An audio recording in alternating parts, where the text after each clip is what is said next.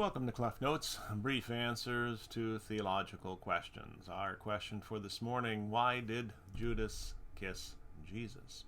It's an interesting question. It used to fascinate me as a child, along with all the other aspects of Holy Week, the arrest of Jesus, his interrogation, his crucifixion. I'd hear about them in Holy Week services growing up as a pastor's son, hear my dad preach about them. And the kiss of Judas was always interesting because certainly it wasn't anything we did as kids. And we knew that in the Middle East they would exchange kisses. That was common. We'd see it on the news. But what was going on there with Judas? Well, the simple answer is that Jesus looked just like everybody else. Jesus didn't have a unique appearance that would draw us to him. As we read in Isaiah 53, he had no form or majesty that we should look at him. His desirability was not in how he looked, so that when he went by, people say, wow, look, there's Jesus.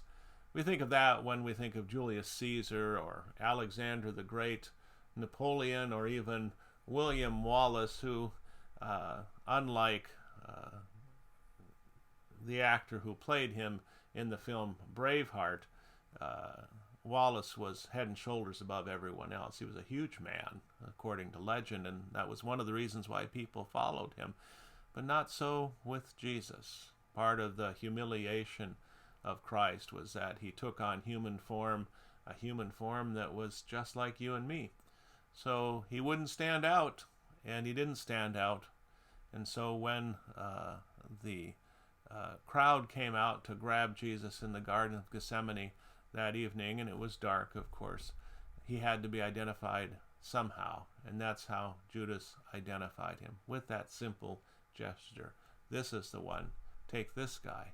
Amongst all the others, they all looked exactly the same. That gives us something to think about when it comes right down to it, and that is how it is that God took on man, how God became man, and how he became just like you and me, except without sin.